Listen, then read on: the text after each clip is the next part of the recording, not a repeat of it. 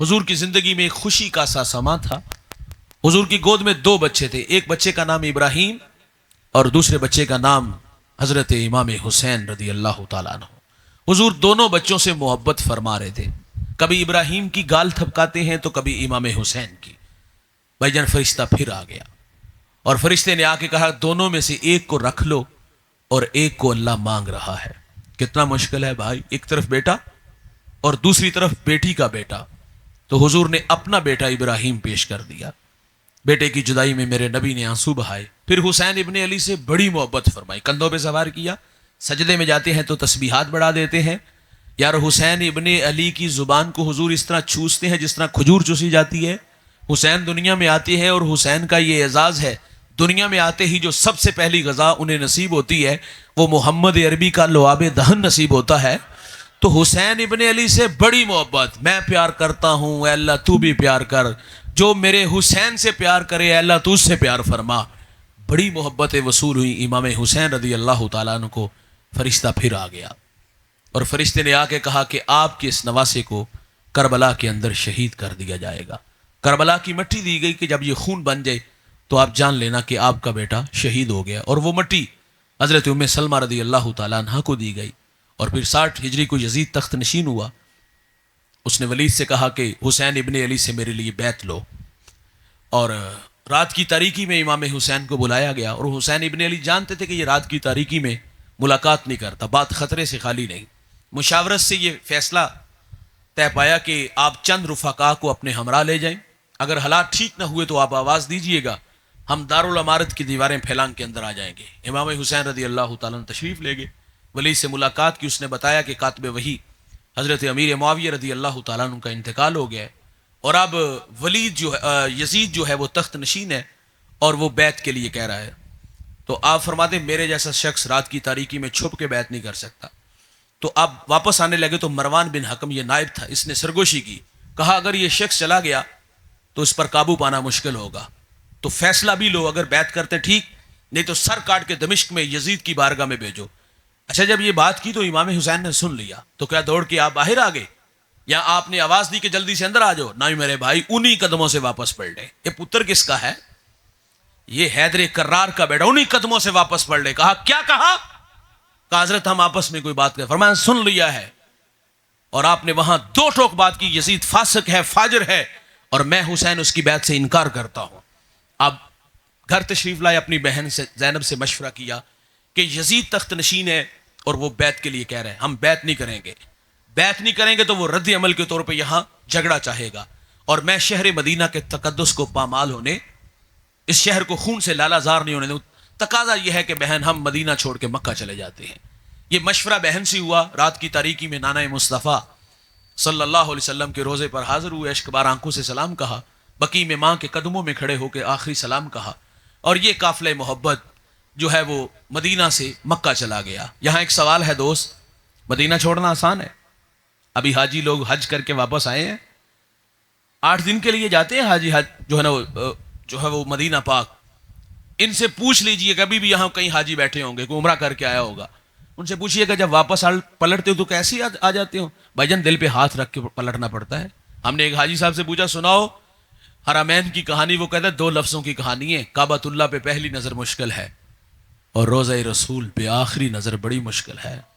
مدینہ چھوڑنا آسان نہیں بھائی, قیامت سے کم نہیں. اور بھائی جو 8 دن کے لیے وہ تڑپتے ہیں, جنہوں نے مدینہ ابھی تک دیکھا نہیں, کبھی ان سے پوچھو یار مدینے کی یاد کتنا تڑپاتی ہے. میرے ٹیچر ہیں سلیم دلاوری, حفیظ طائب کے شاگرد ہیں, بڑا اچھا لکھتے ہیں. وہ تخیلات میں خود کو کھینچ کے در حبیب تک لے چلتے ہیں. منظر دیکھیے گا کتنا دل نشین ہے.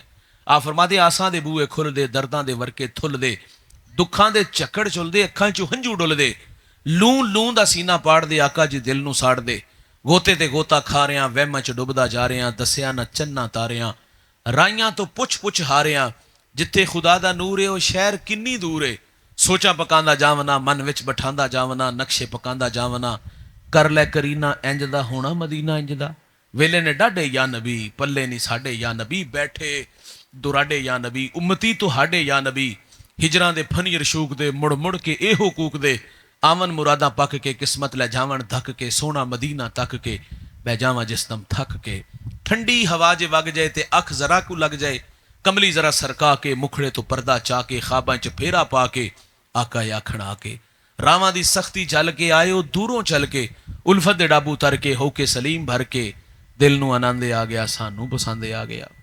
کوئی کہتا ہے کرم فرماؤ ساڈے تے حبیبی یا رسول اللہ, مدینے آؤں نہیں دیندی غریبی یا رسول اللہ. او بھائی, جنہوں نے نہیں دیکھا وہ تڑپتے ہیں اور جنہوں نے دیکھا وہ بار بار کی آرزو رکھتے ہیں. اور کچھ لوگ ایسے بھی ملیں گے جنہوں نے وہاں ڈیرے جما لیے, جنہوں نے وہاں مرنے کی دعائیں کی. پیر جماعت علی شاہ فرماتے ہیں میں حج کے لیے گیا, ایک یتیم بچے سے ملاقات ہوئی اور میں اس کو رہائش گاہ پہ لے کے کھانا لباس دیا. ہم بالکل روضہ رسول کے سامنے بیٹھے ہیں. میں نے اپنے بارے میں بتایا میں پاکستان سے ہوں, ہزاروں نہیں لاکھوں لوگ پیار کرتے ہیں, چلو میرے وطن میرے بیٹے بنو, شہزادوں والی زندگی گزارو گے. اور وعدہ کیا میں سال میں ایک مرتبہ آتا ہوں, تمہیں بھی ساتھ لے آؤں گا. اس بچے نے بڑا معصومانہ سوال کیا, پیر جی جہاں لے جا رہے ہو گنبد حضرت کی طرف اشارہ کر کے یہ وہاں ہوں گے؟ تو آپ رونے لگے. کہا بیٹا اگر یہ وہاں ہوتے تو میں یہاں کیوں آتا. کہا حضرت جائیے, میں حضور کو چھوڑ کے نہیں جا سکتا. اور لوگوں نے گھر بنا لیے. بھائی میرے قبلہ فرما دے, میں عمرہ کے لیے یا حج کے لیے تھا تو وہاں میری ایک بزرگ سے ملاقات ہوئی, کافی دیر بیٹھ کے باتیں ہوتی رہی اور رخصت چاہتے ہوئے میں نے صرف اتنا کہا کہ بابا جی اللہ آپ کو لمبی عمر عطا فرمائے. نعرہ تکبیر, نعرہ تکبیر, نعرہ رسالت, نعرہ رسالت, نعرہ حیدری, سیدی مرشدی, حسینیت, حسینیت, یزیدیت, علماء اہل سنت. تو کہتے کہ میں جب رخصت ہونے لگا تو میں نے ان سے کہا کہ بابا جی اللہ آپ کو لمبی عمر عطا فرمائے. فرماتے بس اتنا کہنا تھا کہ بوڑھے کی آنکھوں میں آنسو تھے. آپ فرماتے ہیں میرا دل ڈوبنے لگا کہ میں نے تو کبھی پاکستان میں کسی کا دل نہیں دکھایا, اور یہ سچ ہے انہوں نے تو کبھی شاخ سے پھول بھی نہیں توڑا, وہ دل کے اتنے گداز ہیں. فرماتے ہیں میں نے رک کر کے کہا کہ بابا جی میری کسی بات نے دل دکھایا؟ اس نے کہا پتر مدت ہو گئی یہاں موت مانگتے ہوئے اور تم میرے لیے زندگی کی دعائیں مانگ رہے ہو. بھائی لوگوں نے گھر بنائے یار, ڈیرے جمائے, مرنے کی دعائیں مانگی, بار بار کی آرزو رکھی. جنہوں نے نہیں دیکھا وہ تڑپتے ہیں سلگتے ہیں.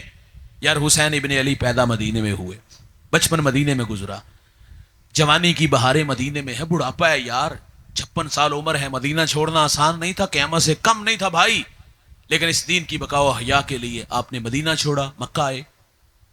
اور جب آپ مکہ آئے تو یہ وہاں بھی چھیڑ چھاڑ اس کی جاری رہی. ادھر کوفہ والوں نے آپ کو خط لکھنے شروع کر دیے. خط ایک نہیں تھا, بہت سارے تھے, اور بعض خط تو بڑے تلخ تھے. انہوں نے کہا کہ اگر آپ ہماری مدد کے لیے نہ آئے تو ہم بروز حشر, داور محشر جو قیامت کا منصف ہے, اس کو شکایت کریں گے کہ ہمیں آپ کے نبی کے نواسے کی مدد کی ضرورت تھی اور یہ ہماری مدد کے لیے نہیں آئے. تو پھر حسین ابن علی رضی اللہ تعالیٰ عنہ ظاہر دل میں خوف الہی رکھتے تھے, اور اس خوف نے بھی آپ کو وہاں جانے کے لیے آمادہ کیا. اور دوسرا حسین ابن علی کی شہادت کی خبر بچپن میں مشہور ہو گئی تھی. ایک تو وہ کربلا کی مٹی دی گئی, اور دوسرا مولا کائنات رضی اللہ تعالیٰ عنہ جب آپ اس رستے سے گزرے تھے نا تو آپ خیمے سے باہر نکل آ کے رونے لگے. تو کسی نے حضرت علی سے کہا حضرت آپ کیوں روئے؟ فرمایا یہ وہی جگہ ہے جہاں میرے بچوں کو شہید کر دیا جائے گا. آپ کی بچپن کی شہادت بچپن میں ہی جو ہے وہ شہادت بچپن میں ہی مشہور تھی, اور دوسرا خوف الہی آپ کو کھینچ کے کربلا کی طرف لے آیا کہ یہ قیامت کے دن اللہ کو میری شکایت کریں گے. تو پھر یہ فیصلہ طے پایا کہ آپ کوئی نمائندہ بھیجیں, وہاں کے حالات دیکھیں, کوئی فیصلہ کیا جائے. اس کے لیے پھر مسلم بن عقیل کا انتخاب کیا گیا. آپ تشریف لے گئے تو وہاں کے جو گورنر تھے وہ نعمان بن بشیر تھے رضی اللہ تعالیٰ عنہ, اور وہ محب اہل بیت میں سے تھے. انہوں نے کوئی مزاحمت نہیں کی. 40,000 کوفی بیت کر لیتا ہے, اور آپ نے فوراً اپنے بھائی کو خط لکھ دیا کہ یہاں کے حالات سازگار ہیں اور یہ لوگ آپ کے لیے دیدہ و دل فرش راہ ہیں, آپ تشریف لائے اور ان کی سرپرستی فرمائے. حضرت امام حسین رضی اللہ تعالیٰ عنہ نے جو ہے وہ کوفہ کی طرف آنے کا عزم کیا. مشورہ بھی ہوا اور اس میں یہی بات طے پائی کہ یہ قیامت کے دن میری رب کو شکایت نہ کرے. جب امام حسین رضی اللہ تعالیٰ عنہ وہاں سے آنے لگے اور ادھر حالات یکسر بدل گئے. اس کی وجہ یہ تھی کہ جو یزید کے حمایتی تھے انہوں نے یزید کو خط لکھا کہ یہاں جس شخص کو تو نے متعین کیا نا وہ ہاتھوں پہ ہاتھ دھر کے بیٹھا ہے, اگر چند روز یہ سلسلہ اسی طرح رہا تو یہاں تیری حکومت کو خطرہ ہے. اور اس نے پھر ابن زیاد بدبخت کو وہاں بھیجا جو بصرہ کا گورنر تھا. اس نے اپنے بھائی کو پیچھے چھوڑا اور خود جو ہے وہ حجازی لباس پہنا اور حجازی رستے پر آیا, رات کی تاریکی میں آیا, فقط یہ دیکھنے کے لیے کہ لوگوں کے دلوں میں امام کے لیے کیا جذبات ہے. جب یہ کوفہ میں داخل ہوا تو لوگ سمجھے شاید کہ امام تشریف لے آئے ہیں، اور لوگ اس کے پیچھے پیچھے چلنے لگے، اور یہ سیدھا نعمان بن بشیر رضی اللہ تعالیٰ عنہ کے محل تک پہنچا، اور آپ بھی سمجھے شاید کہ امام تشریف لے آئے ہیں۔ محل کا دروازہ بند کیا اور آپ چھت پہ چڑھ کے کہتے کہ میرا مشورہ ہے کہ آپ واپس چلے جاؤ۔ اس نے چہرے سے نقاب اٹھایا تو یہ ابن زیاد تھا، کہا دروازہ کھولو، مجھے یزید نے بھیجا ہے۔ دروازہ کھول دیا گیا، نعمان بن بشیر کو موصول کیا گیا، اور پھر اس نے خطاب کیا کہ لوگوں تم مجھے بھی جانتے ہو اور میرے باپ کو بھی جانتے ہو، میں اور میرا باپ جو ہے وہ اہل بیت کے پرانے دشمن ہے۔ اور جب اس نے بیان کیا اور اس نے جب دھمکی دی کہ میں بچے یتیم اور عورتوں کے سہاگ اجاڑ دوں گا، پھر کوفیوں کی بے وفائی پہلے بھی بڑی مشہور تھی، حضرت علی کے ساتھ ان لوگوں نے کیا سلوک کیا، کوفی وفادار نہیں ہوتے، تو پھر مسلم بن عقیل کو شہید کیا گیا، نعمان بن بشیر کو موصول کیا گیا۔ ادھر حالات یکسر بدل گئے اور ادھر امام نے آنے کا فیصلہ کیا۔ عرض کیا گیا کہ آپ رک جائیں، لیکن آپ فرماتے میرے غم گسارو، میرے جان نثارو، نہ روکو مجھ کو جانے دو، مجھے نانے کے دین کی ڈوبتی کشتی بچانے دو، میں جاتا ہوں کہ دنیا میں وفا کا نام رہ جائے، میں رہوں نہ رہوں پر عظمت اسلام رہ جائے۔ لوگوں اگر میں نہیں جاتا نبی کے گھر کی آن جاتی ہے، تمہارا دین جاتا ہے، میری غیرت ایمان جاتی ہے۔ رخت سفر باندھا، سر راہ، یہ تفصیل سے واقعہ آپ نے علماء سے سن رکھا ہے، میں آپ کو پیغام آپ کے نام چھوڑ کے گفتگو سمیٹ لوں گا۔ راستے میں فرزدق سے ملاقات ہوئی، حالات پوچھے، کہا دل آپ کے ساتھ، تلواریں یزیدیوں کے ساتھ، اور پھر راستے میں حر نے روک لیا۔ مختصر یہ ہے، یہ قافلہ کربلا تک آیا، 7 محرم کو پانی بند ہوا، اور 10 محرم کو دو بدو جنگ کا آغاز۔ جنہیں اللہ عزتیں دیتا نا بھائی، اللہ انہیں آزماتا بھی ہے۔ 7 محرم کو پانی بند ہوا، اور پھر آپ نے ایک شب پہلے اپنے ساتھیوں سے کہا یہاں سے آپ جا سکتے ہو، اس کی دشمنی میرے ساتھ ہے، رات کی تاریکی میں چلے جاؤ۔ انہوں نے کہا ہم نے جینے مرنے کے وعدے کیے ہیں، ہم بے وفا نہیں، ہم آپ کے ساتھ کھڑے ہیں۔ اور پھر بھائی یہاں مٹھی بھر لوگ ہیں اور ادھر ہزاروں کی تعداد ہے، اور یہ جنگ کا آغاز ہوا، اور حسین ابن علی کے جان نثار میدان عمل میں ہے، اپنا اپنا کردار ادا کرتے ہیں، کئیوں کو واصل نار کر کے خود شہادت کا جوڑا پہنتے ہیں۔ حسین کا پتر بھی میدان میں آ گیا نا، علی اکبر 18 سال عمر ہے، کہا بابا جان مجھے اجازت دیجئے، یہ میدان عمل میں اترا اور کئیوں کو واصل نار کر کے واپس پلٹا۔ بھائی جان بھوک پیاس کی شدت تھی، آگے کہا بابا پانی کی 2 بوندیں مل جائیں تو آپ کا دیکھیے گا بیٹا کس طرح ان کو لتاڑتا ہے۔ آپ نے اپنی خشک زبان اپنے بیٹے کے منہ میں رکھ دی، تھوڑی سی تراوٹ آئی، یہ بیٹا پھر میدان میں اترا۔ اب کے بار دشمن چال بدل چکا تھا، انہوں نے چاروں طرف سے حسین کے بیٹے علی اکبر کو گھیر لیا اور دور سے پتھر مارنے شروع کر دیے۔ پتھر رخسار پہ بھی لگے ہوں گے، پتھر لبوں پہ بھی لگے ہوں گے، پتھر سر پہ بھی لگے ہوں گے۔ جب بیٹا زخموں سے چور چور ہوا، خود کو سنبھال نہ سکا، گھوڑے سے زمین کی طرف آیا اور کہا ابا مجھے سنبھالیے گا۔ حسین ابن علی رضی اللہ تعالیٰ عنہ اپنے بیٹے کو کربلا کے میدان سے اٹھا کے خیمے تک لاتے ہیں اور لا کے مالک سے ایک ہی بات عرض کرتے ہیں، مالک میرا یہ جوان علی اکبر اپنی بارگاہ میں قبول فرما لے۔ یار ننھا علی اصغر 6 ماہ عمر، حلق میں 2 شاخہ تیر لگا، تھوڑا سا خون تھا یار، فضا میں اڑا دیا۔ کہا مالک یہ ننھی کلی بھی اپنی بارگاہ میں قبول فرما لے۔ حضرت حسن کا بیٹا حضرت قاسم 9 سال عمر ہے، یار چھوٹی سی تلوار لے کے کہا چچا مجھے اجازت دو، میں بھی اس دین کی راستے میں شہادت کا جوڑا پہنوں۔ یہ بیٹا بھی میدان میں اترا اور 2 لمحوں کے بعد اس بیٹے کو بھی شہید کر دیا گیا۔ عباس کے بازو کٹے گئے، ایک ایک کر کے سارے حسین ابن علی نے راہ خدا میں پیش کر دیے، اور جب خود میدان میں اترے اور اپنے حصے کا کردار ادا کیا، پھر ظالموں کی طرف سے تیر، تلواریں، نیزے حسین کے پورے بدن میں پیوست ہیں، اور گھوڑے سے زمین کی طرف آئے اور اپنی پیشانی سجدے میں رکھ دی اور کیا کہا، مالک میں تیری تقدیر پہ راضی ہوں، بتا تو بھی مجھ سے راضی ہوا ہے کہ نہیں ہوا۔ یار اس منظر کو حوروں نے بھی دیکھا ہوگا، کلیجے پھٹے، اس منظر کو فرشتوں نے بھی دیکھا کہ مالک یہ دھرتی پہ کیا ہونے جا رہا ہے۔ ایک وقت تھا فرشتوں نے کہا تھا نحن نسبح بحمدک ونقدس لک، باقی ہم بولتے ہیں انسان کو بنانے کی کیا ضرورت، تو اللہ نے فرمایا تھا انی اعلم ما لا تعلمون، فرشتوں جو میں جانتا ہوں وہ تم نہیں جانتے۔ آج کربلا میں انی اعلم ما لا تعلمون کی تفسیر ہو رہی ہے۔ فرشتوں تمہارے سینوں میں دل، اس میں دھڑکنے، اس میں قاسم کا پیاس، اس میں علی اکبر کی محبت، اس میں علی اصغر کی چاہتے ہوتی، میں دیکھتا کس طرح قربان کرتے۔ یہ حسین ہے، سب کچھ قربان کر کے بھی کہتا ہے بتا مولا تو مجھ سے راضی ہوا ہے کہ نہیں راضی ہوا۔ یار اس منظر کو اقبال نے دیکھا نا تو خراج فاطمہ کو پیش کرتا ہے، وہ کہتا ہے رشتہ آئین حق زنجیر پاس، پاست فرمانے جناب مصطفیٰ، ورنہ گردے تربتش گردید میں سجدہ برخا کے اوپاشید میں. اقبال کہتا ہے سیدہ تیرے بابا کی شریعت کا پابند ہوں، حکم ہے نا کہ اللہ کے علاوہ کسی کو سجدہ نہیں، ورنہ اقبال کہتا ہے آج جی چاہتا ہے کعبے کی طرف رخ کر کے سجدہ نہیں، کعبے کا طواف نہیں، تیری قبر کا طواف کروں، کیونکہ جو کام تو نے کیا ہے وہ دنیا کی کسی اور عورت نے نہیں کیا. نبی کے گھر کی ہے عزت نبی سے سنتے ہیں، علی کے گھر کی ہے عظمت علی سے سنتے ہیں. وہ جس نے معزز کیا گھرانے کو، حسین پال کے دیا جس نے زمانے کو. اور بھائی حسین اگر نہ شہید ہوتا تو آج گھر گھر یزید ہوتا. حسین ابن علی کی ماں کو اقبال خراج کیوں پیش کرتا ہے؟ وہ کہتا ہے سیدہ یہ تیرے دودھ کی تاثیر ہے. سیدہ دودھ بھی پلاتی تھی اور سونے محمد پہ درود بھی پڑھتی تھی. پھر بچوں نے کیا دشت نینوا کو میدان کربلا بنا دیا. پیغام ملتا ہے بھائی ماں مؤثر ہو تو اولاد بھی مؤثر ہوتے. نیپولین یا ہٹلر نے کہا تھا اچھی مائیں دو میں تمہیں اچھی قوم دوں گا. ماں کا کردار نسلیں بناتا ہے. یہاں سے پیغام ملتا ہے ماں اگر مؤثر ہوگی تو آنے والی نسلیں بھی مؤثر ہوگی. بختیار کاکی کو پڑھ لیجئے. کاکی ہندی کا لفظ ہے جس کا معنی روٹی ہے. اس نام سے آپ نے شہرت کیوں پائی؟ دھیان سے سنیے گا.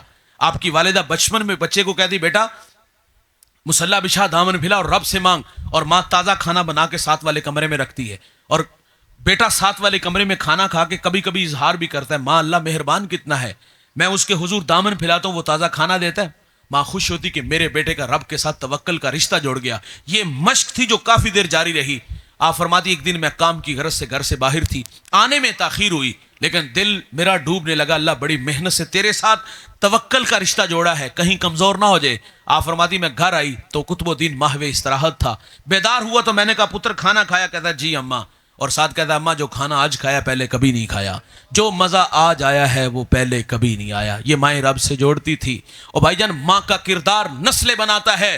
حسین ابن علی رضی اللہ تعالیٰ عنہ کی والدہ کو خراج اقبال اس طرح پیش کرتے ہیں کہ ماں کا کردار نسلیں بناتا ہے. اور دوسری بات حسین ابن علی رضی اللہ تعالیٰ عنہ پورا بدن زخموں سے چور چور ہے، 71 لاشیں بکھرے پڑے ہیں. اور یار حسین ابن علی وقت آخر آپ کی پیشانی ابھی مولانا قبلہ ارشاد فرما دے حسین ابن علی نے تو وقت آخر بھی سجدہ نہیں چھوڑا تھا. وقت آخر بھی حسین کی پیشانی کہاں ہے یار؟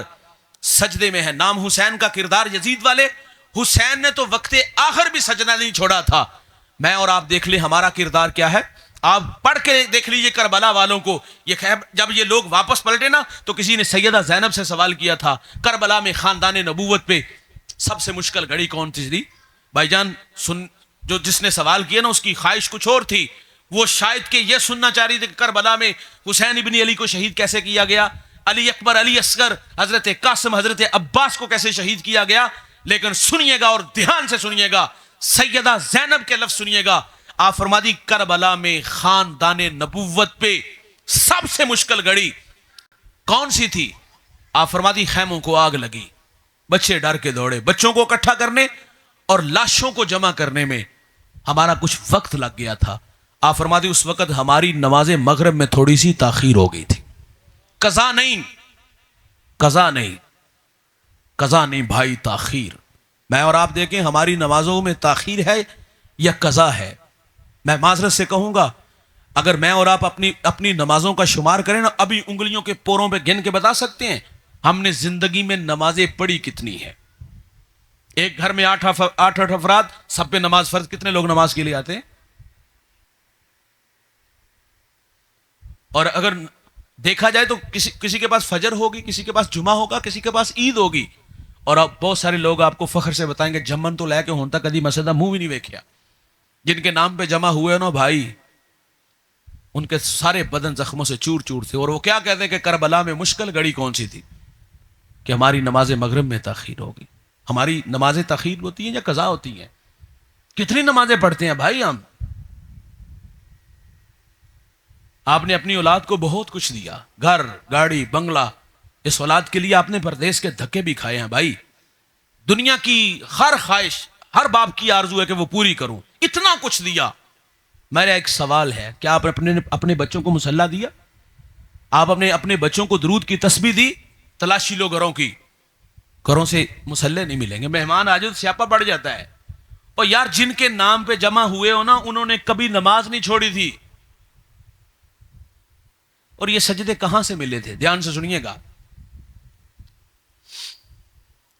میرے نبی ساری رات اللہ کے حضور کھڑے رہتے تھے, پاؤں مبارک متورم ہو جاتے تھے. عرض کیا گیا نا حضور آپ مشقت میں پڑے رہتے ہیں, حالانکہ اللہ نے آپ کی برکت سے اگلے پچھلوں کے گناہ معاف فرما دیے.